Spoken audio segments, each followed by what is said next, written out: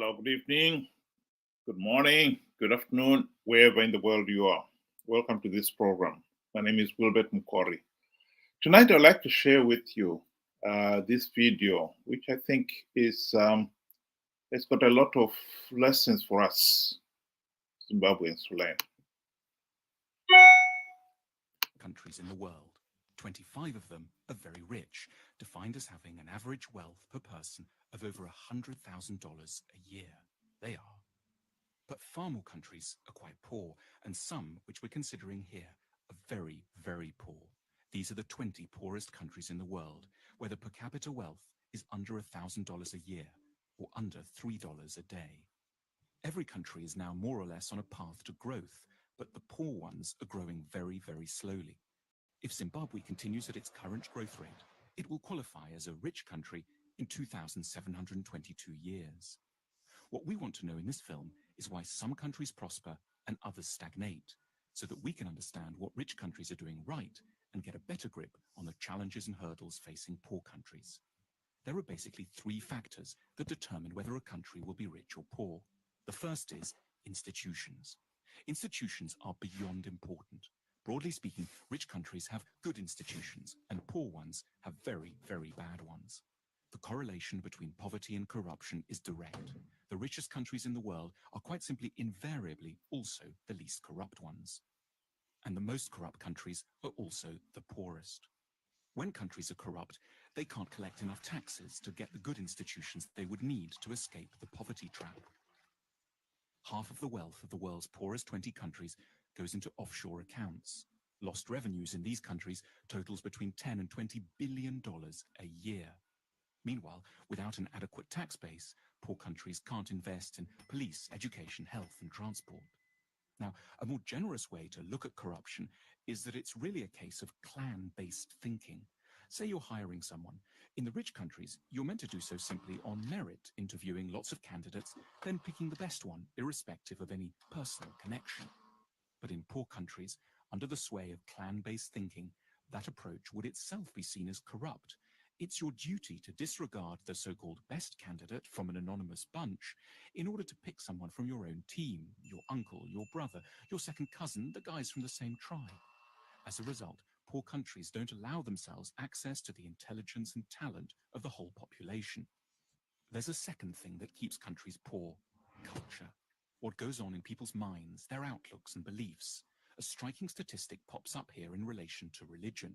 If there's one generalization you can make about religion and wealth, it's that the less people believe, the richer they stand a chance of being. 19 of the richest countries in the world have 70% or more of their populations saying that religion is not at all important to them. The exception here is, unsurprisingly, the United States, which manages to combine great religiosity with huge wealth. More on that in a second. And conversely, the poorest nations in the world are also extremely believing ones. Here's how many people think religion and the supernatural is deeply important in the following countries. In the world's poorest country, simply everyone is a believer. Why is belief quite so bad for wealth creation? Because in general, religiosity is connected up with the idea that the here and now can't be improved. So you should focus on the spiritual and look forward to a next world instead. It makes quite a bit of sense when you live here. In the rich world, on the other hand, people are generally great believers in their capacity to alter their destiny through effort and talent. Incidentally, to explain the anomaly of the United States, religion seems not to slow down economic growth here because it's a particular sort of religion, an overwhelmingly Protestant and exceptionally materialistic kind. The American God doesn't want you to think of building the New Jerusalem in the next world. He wants it here and now in Kansas or Houston. There we have it. I thought it was an interesting look at why we are poor. I think all of those reasons come back to the same issue: the failure to hold free, fair, and credible elections. The reason why corruption becomes rampant is because the individual gets into power, and to consolidate his hold on power, he is going to appoint individuals who will serve him instead of the good of the nation. The glory of Caesar is more important than the good of Rome. This is at the heart of our problem in third world countries, particularly in Zimbabwe. The glory of Caesar, the glory of the individual, has become more important than the good of the nation. We failed to hold free, fair, and credible elections. Why? Because Mnangagwa, and before him Mugabe, had to appoint police commissioners, judges, people in the army, whose priority is no longer to keep law and order, to ensure elections are free, fair, and credible, but whose number one priority was to make sure that Zanu PF wins the elections and Mugabe remains in power. We're talking of institutions of being weak. Zaka is weak. And it is made deliberately so. And the problem with corrupt and incompetent individuals once they get into power is that to consolidate their power, they really have to appoint people for whom merit does not count. It's loyalty to them that is more important. They know that they are not competent. They know that their hold on power is tenuous if it's going to be subjected to serious challenges. And so they've got to make sure that those challenges are not there. So we are caught up in this vicious cycle where nothing changes. I think it is interesting that in this program, actually, they were saying if we continue at the growth rate we are going, Zimbabwe will become a rich country in 27, 22.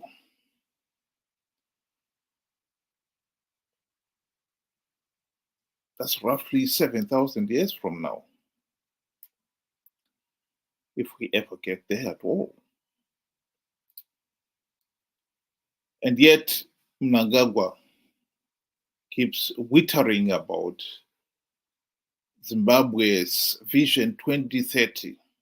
In 7 years' time, we will be an upper middle income nation.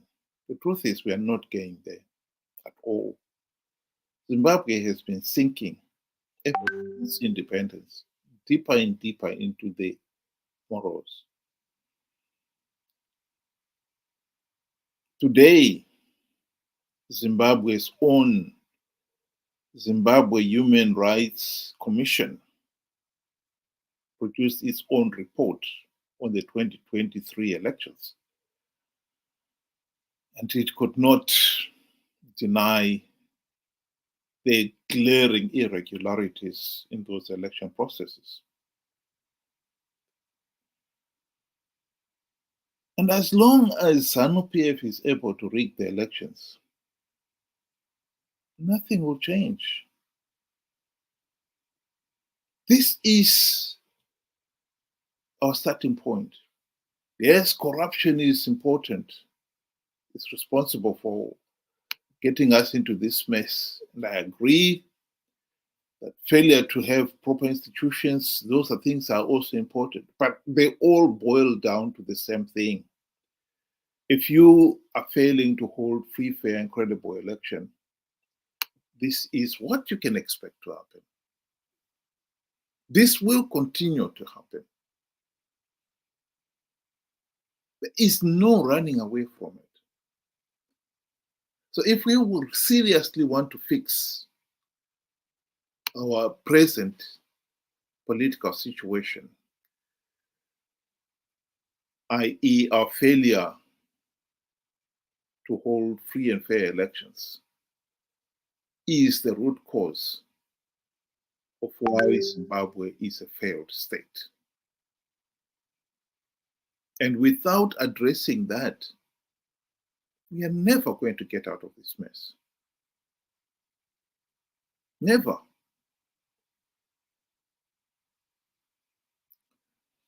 We have got to look at why have we failed to address this basic problem of failing to hold free, fair, and credible elections. It's 43 years after independence, and we still are failing to hold free, fair, and credible elections. In the late 1990s, the people of Zimbabwe came to the conclusion that the country was going nowhere. The first 20 years, people worshipped Robert Gabriel Mugabe and his Zanu PF colleagues. In fact, they elevated Mugabe himself to a pedestal where he was almost like a god. In the early 80s, you'd be risking being lynched by the public if you criticize Zanu PF. And it took 20 years for the penny to finally drop, to accept that Zanu PF, Robert Gabriel Mugabe were corrupt, incompetent, and murderous tyrants. And so by the late 1990s, the people of Zimbabwe came to the conclusion that they needed democratic changes, whose primary purpose is to stop Zanu PF rigging the elections. Morgan Tsvangirai and his friends, when they launched their movement for democratic change, they were riding on that public sentiment, democratic change. And they named their party, promising the people that they will deliver democratic change.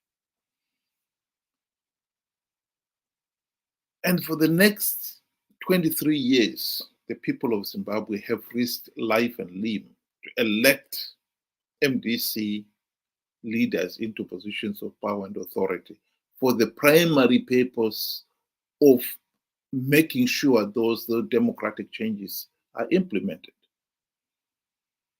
And now, 23 years later, Zanu PF is still rigging the elections, as we saw this last August.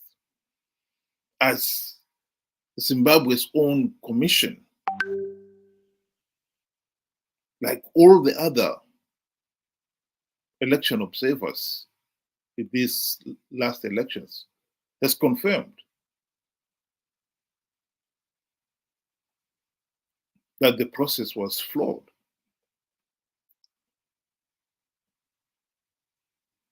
Why is it that even after 43 years of independence, we still cannot hold free, fair, and credible elections?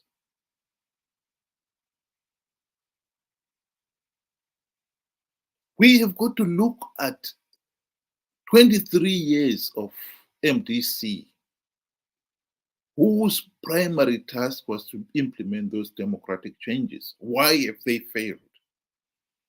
And I think that is the weakness with our system. We're still focusing on Zanu PF. We accepted by the late 1990s that Zanu PF was never going to reform itself out of power. We needed an opposition to implement the democratic changes necessary to stop Zanu PF rigging the elections. So 23 years after that, including 5 of which in the GNU, why has the MDC failed to implement those reforms? That is the question we've got now to answer.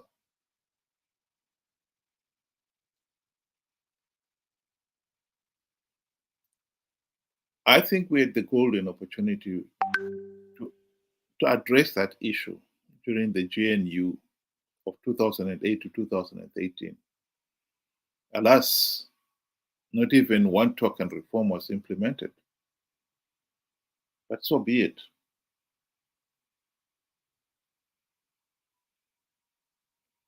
We have had these elections when SADC's own election observers came out with a damning report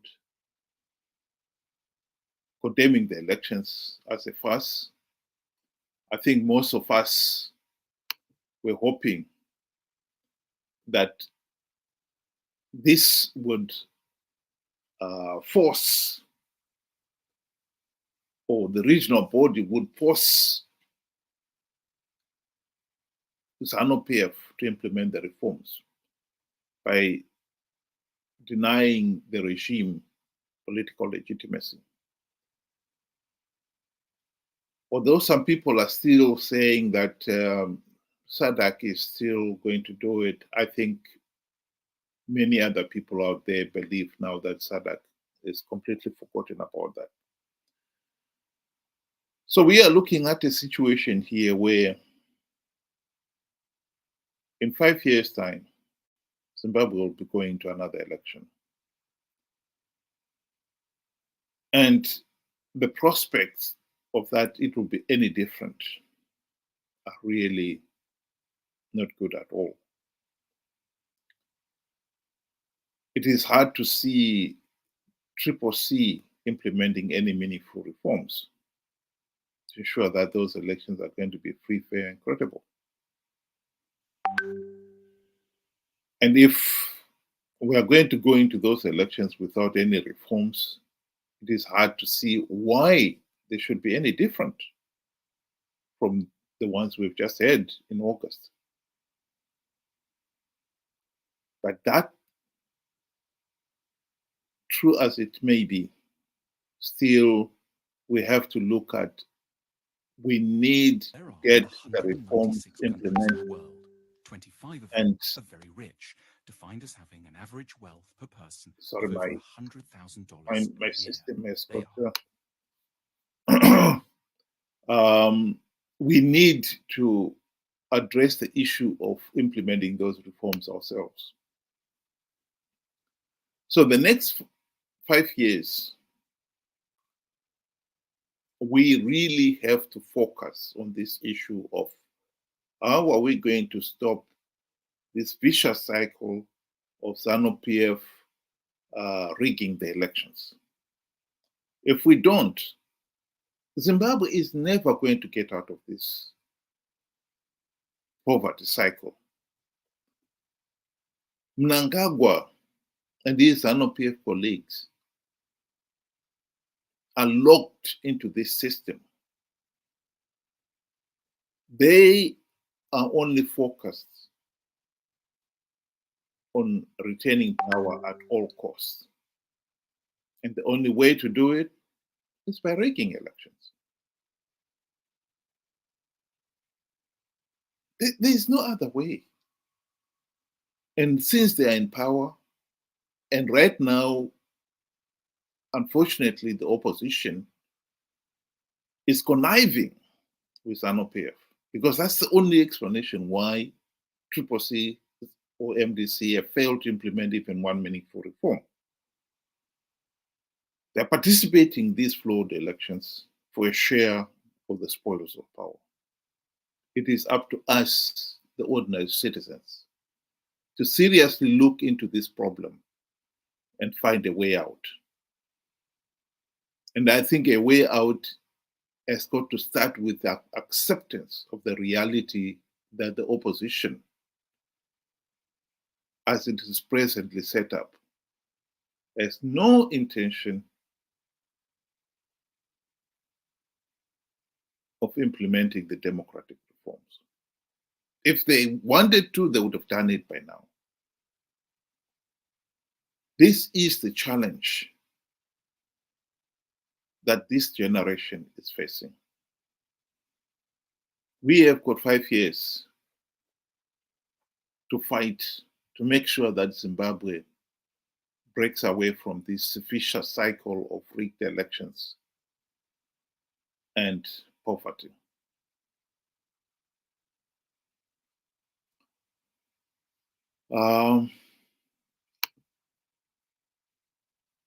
Just got a few comments from some of the viewers out there.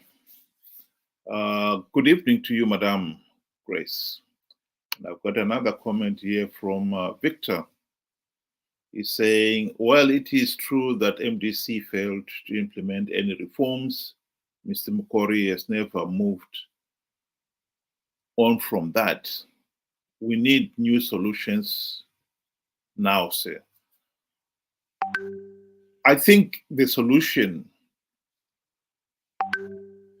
is what I've already said.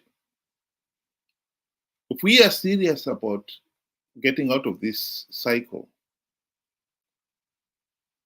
the number one step in doing so is accepting that the present solution, i.e., the opposition implementing the democratic reforms so that we can get out of this vicious cycle,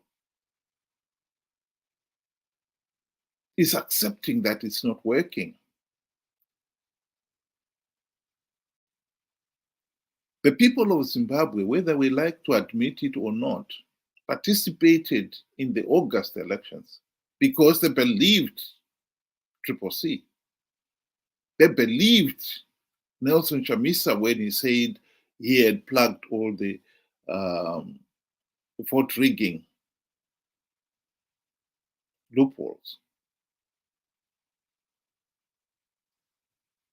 We have got to accept that as long as we have got an electorate that is naive and ignorant, who are easily conned,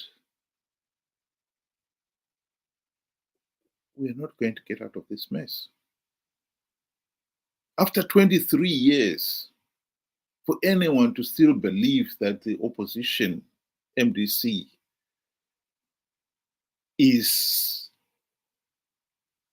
the nation's best hope of ending the Zanu PF dictatorship, clearly shows that we've got a problem. And as long as people believe that MDC is the solution, they're not going to look for competent men and women to take us forward. That is the argument.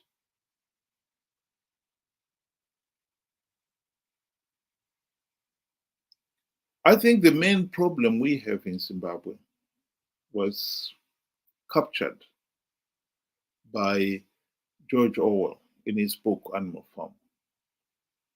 In it, he described Boxer, the horse. Boxer had problems learning the alphabet.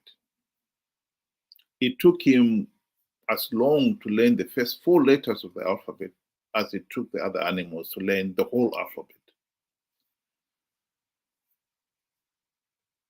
And then it took him just as long to learn the next 4 letters of the alphabet. And by that time, when he went back to the first 4, he had forgotten them.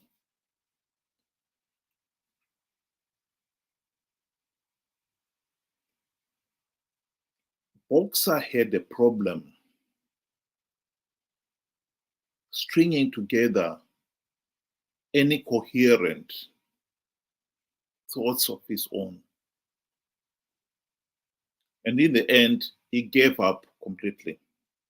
And he started believing everything that the pigs said, particularly the leader, Napoleon. And so he adopted this motto, Napoleon is always right. Whether we like it or not, we have got to accept that mentality is a serious problem in Zimbabwe. We have got people who really have failed to understand what democracy is all about, what free and fair elections are all about, what reforms are all about. And yet they have committed themselves to supporting Nelson Chamisa with this mentality of Chamisa chete chete,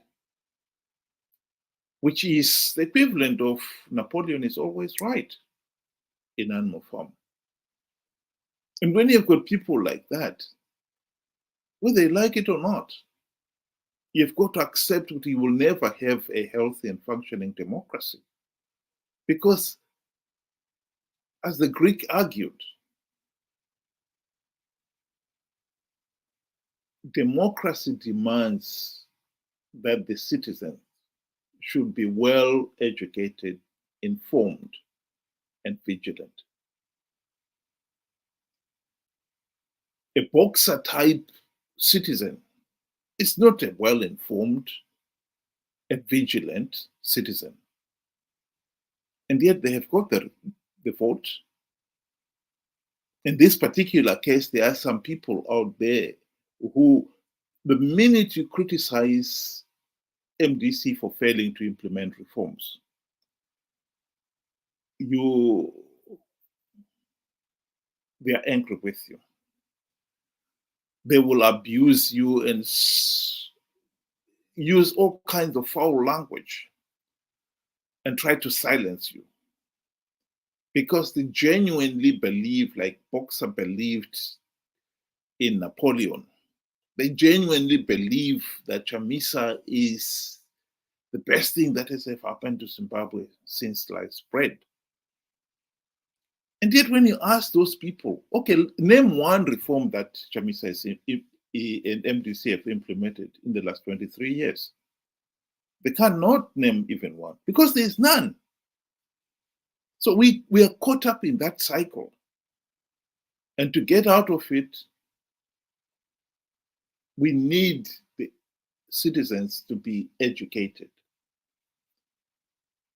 That is the solution, Victor. We can pretend that the citizens already are well educated, they know what they're doing. The truth of the matter is they don't.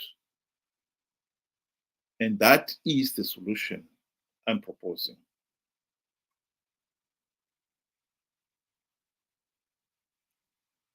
There are some people who have been talking of we need new opposition parties. What difference would that make? If you still have many people, and I think we still have, who still believe in leaders as untouchable demigods, they will still do the same, even if we were to bring another new leader on the scene.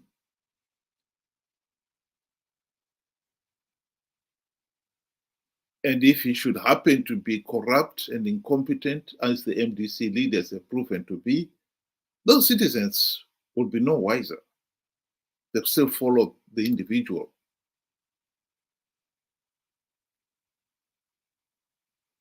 The solution is to educate the electorate.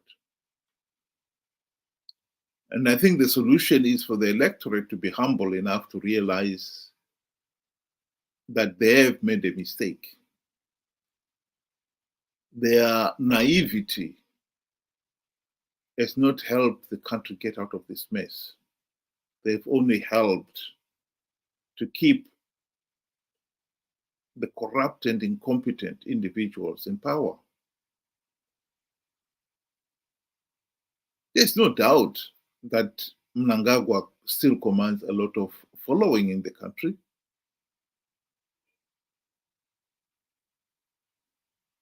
Just as Chamisa will always continue to command a lot of following in Zimbabwe, even with his track record of having failed to implement even one meaningful reform, of the reality that they've been participating in these flawed elections out of greed?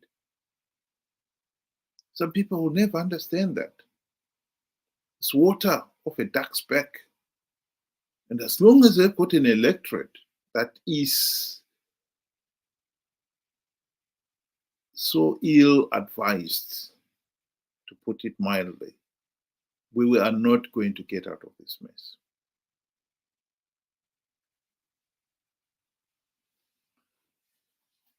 I'm just going to read another comment from Victor there. And he's saying, I get you, but are you sure that an opposition party in Zimbabwe can implement changes with Zanu PF in charge? Well, this is, Victor, this is a vicious cycle, which I honestly think we are if we are failing to understand what's going on here, we could go round and round in circles. If MDC failed to implement the democratic reforms during the GNU when they had the golden opportunity to do so, it is naive to think they can do it now when Zanu PF is holding all the trump cards.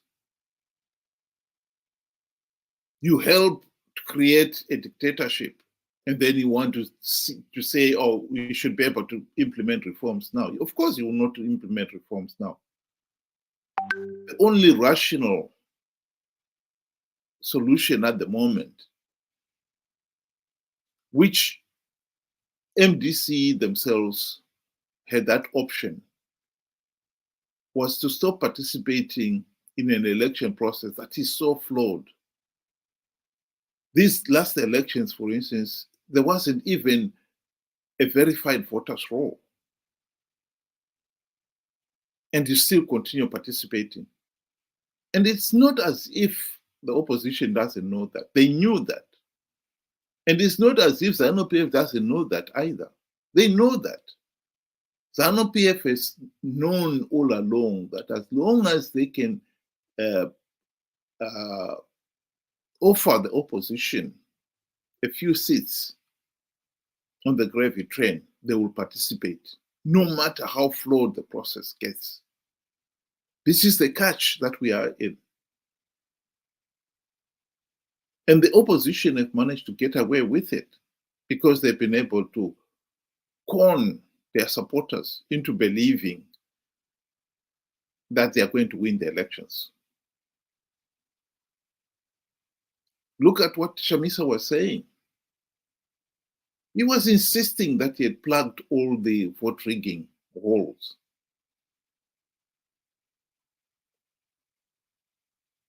Triple C is going to win big. Even when the international community was looking at him and saying, well, should these elections go ahead without reforms?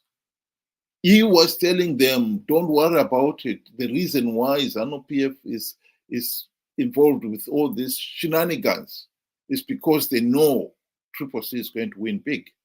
In other words, Triple C were hell-bent on participating in these elections, knowing fully well that Zanu PF was rigging them.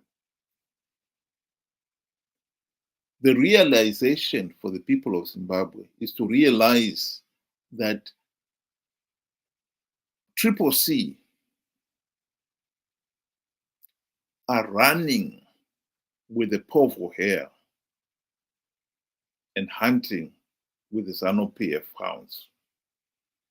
That is the moment of the revelation that the people of Zimbabwe, to get out of this mess, we have got to reach that point first.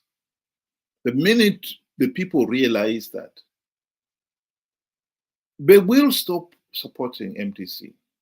They will stop supporting any party that is willing to participate in flawed elections that are so flawed, it's meaningless. But as long as people are blind to that reality, CCC will participate for their share of the spoils of power. That is the reality. That is what we are facing in Zimbabwe. And the idea that we can still have, we can still win rigged elections is laughable, particularly after 43 years of Zanu PF rigging the elections. The challenge for Zimbabweans, I repeat, for the next 5 years is to wake up to the reality that the opposition, as it's presently constituted, has given up on reforms, and they're now participating in these flawed elections for a share of the spoils of power. And the people participating in these elections will only give the process legitimacy. We, the people, by participating, are perpetuating this Zanu PF dictatorship and perpetuating our own suffering. That is the message that I would like to leave with everybody today.